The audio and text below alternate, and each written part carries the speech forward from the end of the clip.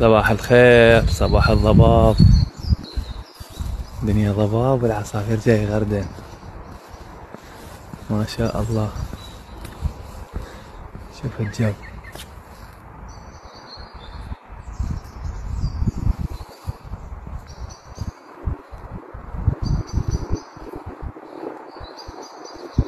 هالقد ما ضباب تحسون الهواء ويا مي، بس حلو كلش حلو. اتمنى لكم يوم جميل وصحة وسلامة وعافية. وبكل منطقة هم اكو خباز وهاي الشغلات، يعني احنا بمنطقتنا هم اكو خباز بس يبيع شوية اغلى من الذني، بس هذني انا عندي اطيب يعني بصراحة، هذني عندي اطيب. بس هم بكل منطقة يعني اكو خباز مال خبز، تقدرون تروحون تشترون خبز حار، يعني صمون فرنسي او هيجي شي من هذني الاطوال هن ملاتهم، بس كلش طيبات يعني حقيقة اطيب خبز تذوقوه بحياتكم يعني. طبعا اللي يسأل عبودي وين رايح، جاي اجيب صمون حار للرجل مثل العراق. هم نروح نجيب صمون حار وهاي السوالف. شوفوا جبت 2 سمر بيهن كرزات وهاي الشغلات و2 بيض، وهسه نطلع. جيت بس على المود الخبز الحار. خل اشوفكم الضباب بالاحياء بالمنطقة شلون حلو. شوفوا تمشون شوية شوية ينفتح عندكم الرؤية وتشوفون البيوت. حلو، كل شيء يجي من الله حلو، سبحان الله.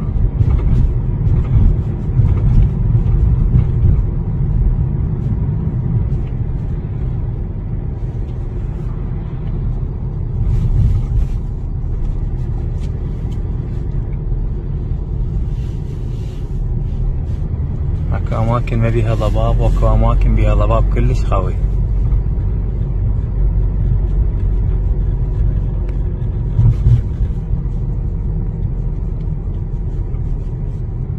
يلا خلصت فلوسكم.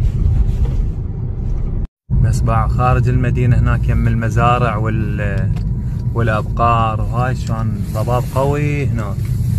دائما يم الزرع الهواي والبساتين والغابات يكون ضباب كلش قوي، فواحد من يسوق لازم يدير باله هنا من يصير ضباب، يعني ما يتجاهل. مرات يطب باماكن كل شي ما يشوف، فينتبه لازم. من يشوف اماكن كلش ظلمه في شي ما يبين بيها ضباب عالي يوقف قبلها احسن ما يطب جوا ويتورط، لان يعني اذا طب جوا بعد ما تعرفون ايش راح يصير وياه. اذا يوقف اذا صار ضباب قوي يمكن يجي واحد وراه يطنب بيه، يعني هو يدعمه، وممكن يطب يلقى ناس ضباب جوا واقفين هو يدعمهم.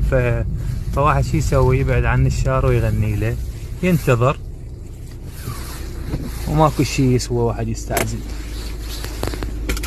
يلا ننزل الصمون الحار ونروح نتريح. اي شباب هذا الصمون، تعالوا شوفوا هناك مو الا تصور لكم بالمول. كان صمون حنيف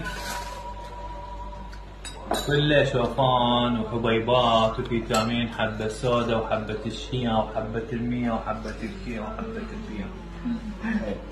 شوفوا هاي الواسطة مالتي جاي اشحن الادوات مالتي مال التصوير. هاي الكاميرا هنا هسه راح تصور اللارة وشوف الخمسة